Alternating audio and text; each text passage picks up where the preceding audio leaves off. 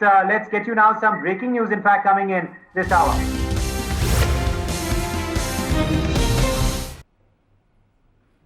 All right, we're learning, in fact, at this point that Philippines has warned China of severe response if it conducts military drills in the South China Sea. These are breaking updates coming in at this point on the broadcast. Philippines warning China of severest response. For more details on this, let's go straight across to Managing Editor of NewsX, Rishabh Gulati, for more on this story. Rishabh, what are the breaking reactions coming in?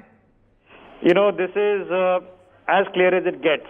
What is now settling is that Philippines and the United States have been very close in terms of a military defense strategy. But under President Duterte of the Philippines, who's very brash and brazen, there have been a lot of diplomatic incidents, but now that seems to be backtracking on itself. The Philippines foreign minister has now issued a clear statement to the Chinese. The statement comes on the back of a planned military exercise by China in the South China Sea. And he's clearly said, and I quote, that should the exercises spill over to Philippines territory, then China is forewarned that it will be met with the severest response, diplomatic and whatever else is appropriate. That is what the Philippines foreign minister has now sent very clear message to China. That's the Foreign Secretary, Teodoro Locsin Jr. Now, this is clearly suggesting that as far as the Philippines is concerned, for them, China remains their biggest trading partner, just like for the Australians, China is one of the biggest trading partners. And for several of these, do I have to put my... It remains one of their major trading partners. So the question now is, what happens next?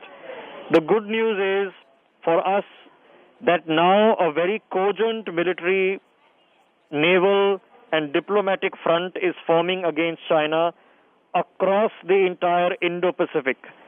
You have the Chinese trying to provoke India on the border. They've tried the same with the Malaysians, the Filipinos, with Vietnam.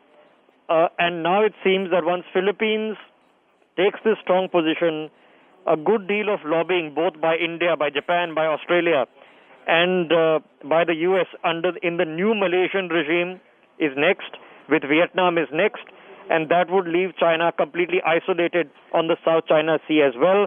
Remember, Indian ships have been in the South China Sea. It's an international water. We are welcome to go there.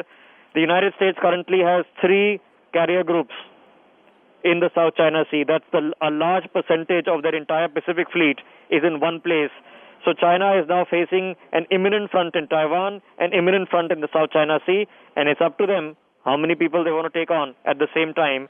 But one thing is clear, the last time one belligerent expansionist power tried to take on the world was in 1939, and we all know how that ended today. Thanks indeed for joining us with those updates. For more such videos, subscribe to the NewsX YouTube channel, hit the bell icon.